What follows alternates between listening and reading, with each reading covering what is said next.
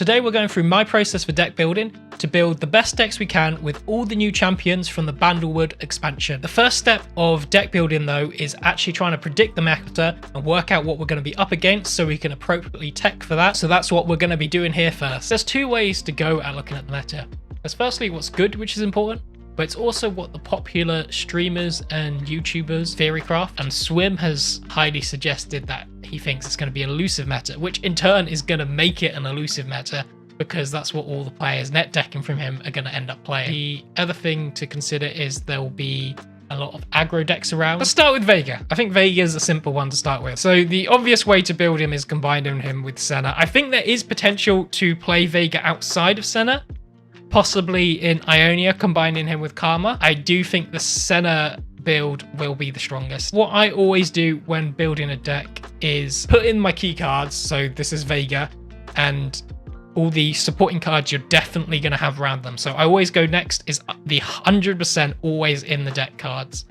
So we'll just go through Dark Bulb Acolyte. Obviously, you put 3 of these. That card has to go with Veigar. Strike, grant your darkness everywhere 1 extra damage. That card is insane. I think you run 3 of these. You might run only 2. There is an argument that you have too much darkness generation, and therefore it's not worth paying 3 mana for this unit. I'm leaning towards 2. So if elusives and aggros are meta, you bring 3 of these. And this is even more darkness generation, so bringing that down to 2.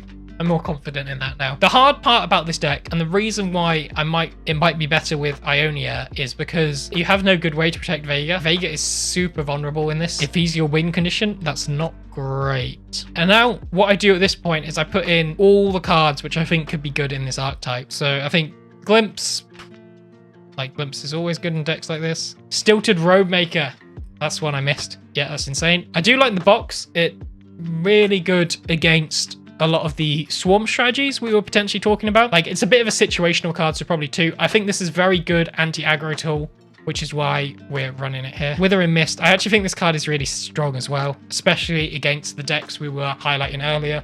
And with Senna, you can cast it at fast speed. We'll probably run 2 mini-morphs.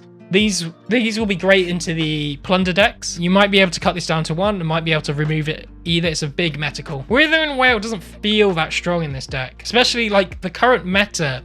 Everything has 2 HP. Wither and Whale just doesn't hit. I actually think Miss Cool has a lot of good targets in this deck. It's your only way of protecting like your key units. It might even be a free of. It honestly might even be a free of. I think you need the Ledros to get the health low enough that you can one-shot it, but maybe you don't need the Atrocity. 1 Atrocity doesn't hurt. 1 of can get you out of those sticky situations. I do like this card a lot. Like, I think this card is absolutely insane. It's a Spacey Sketcher for 1 mana more with 1 attack, and you don't have to discard a card. Plus, if you wanted something to try and go for something different, you can. Spent half an hour on 1 deck here. Oh, Xerath was announced today. Xerath looks pog. And there really is only one way to build Xerath, right?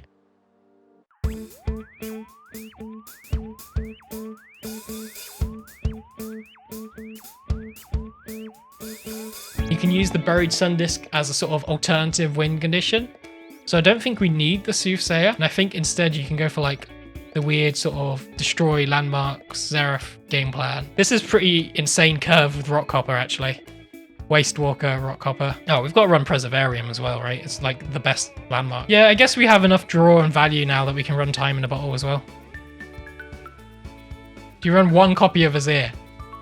So that when you flip it, you get the Emperor's deck. We have to summon 13 allies to get it though. Oh, okay, this seems better. I like this more. This is actually what I'm really excited for. We'll go with Nami. And you have to play Nami with Fizz, right? You just go full degenerate, elusive, complete degenerate deck. And then we just, all the spells you could possibly want in a deck like this. Troll Chant, do quite like Pocket Aces in a deck like this. It's that new Ebb and Flow card. I think that could be quite good in this.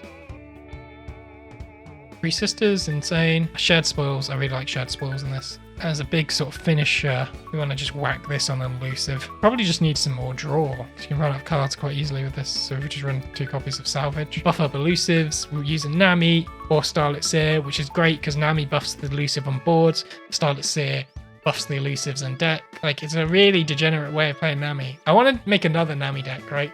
I don't think this does Nami sort of justice. I don't know, I think that probably is sort of like the best sort of way we can build Nami, right? It'll be something similar to that, like an elusive aggro strategy. I just think the rest of her package probably could have a deck which is also quite good, like this card. So there's a few ways. You can play it with like Ionia and use Deep Med to fish them out. But if you're running that sort of deck anyway, you're going to run too many spells to hit these consistently.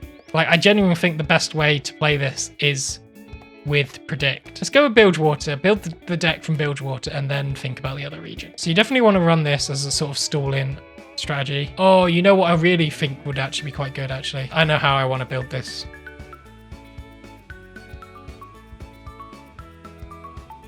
That's our win condition. We can go Jagged Butcher. We can go Time Trick. I think we do run Fallen Feline as well. What's the other champion we run? Like, you have the option of running Twisted Fate, but we can also run Gangplank.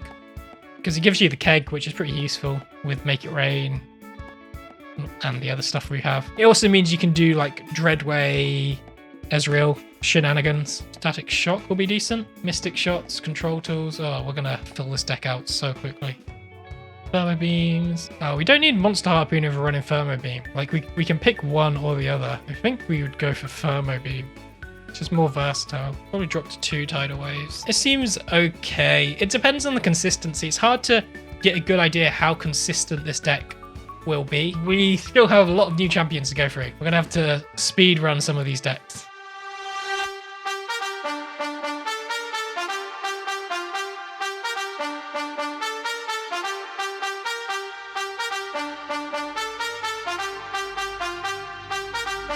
So if I was going to build Tristana, I think it would be something like this. I do think the Poppy deck, being like a very similar build, but running Lulu instead, would actually be a stronger build for the deck. You might even go like Ionia, Demacia. I actually think the best way to build Sion is you put Sion in a discard aggro deck. You probably drop 1 Draven, and you run maybe 2 Draven's biggest fans to make up for that lack of Draven. But that's a really boring way to build Sion, and it's not really built around Sion. It's just discard aggro, but you have a high-end finisher. So you run in with Draven. That's a given. And granting can't block to the weakest enemy. It's actually quite a strong effect. So I like that. You probably run 2 of that. This one's insane. Oh yeah, it was this card. It was an 8 mana card. That's why I'm so confused. Because you discard this to create this. I really wanted to go with Shadow Owls. So like the whole idea is you level Sion. You can like kill him and revive. Oh, you know what? I love him. I love the idea with Shadow Owls. Like you can do this on Sion and rally. You can actually make Sion ephemeral to bring him down a turn earlier, right? And then he rallies on his attack if you use this guy. So you play this on Sion to get Sion down on turn 6. Then you can like double Sion attack if you've got Sion leveled up by that point. So you really, really need to discard things like crazy to get Sion leveled up that quickly. Probably a Glimpse to get some draw as well.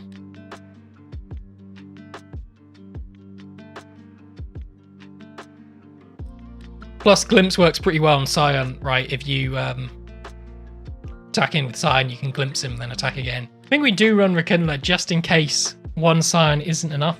Like if we Oblivious Island Sion, we can attack in with Sion, attack again, the next turn resummon Sion with the Rekindler. It's pretty, like that's a pretty insane late game. I don't like any of the combat tricks in these region combinations. They feel pretty weak. Like I'm tempted to keep a Vile Feast as a sort of like defensive play to last until Sion against the more aggro decks. You not hit Sion level up by turn 6. So you obviously have to Oblivious Islander turn 1. So that's 2 stacks on Sion. Turn 2, you Brave Physician on Fallen Rider, which gives you 5. So you're on 7 on turn 2. Then on turn 3, you can play the Risen Rider, which puts you on 11. And this time, at this point, you've discarded 1 card, and you can play Reborn Grenadier and discard a Lost Soul, right? Which would put you on 19 on turn 3. Yeah, I think you can hit Sion level up on turn 6. I don't think it's that big an ask. Like, you need an okay curve, but I think you can hit it. Maybe you want Atrocity in this to help finish games. Yeah, because you get destroyed by like recalls and stuns.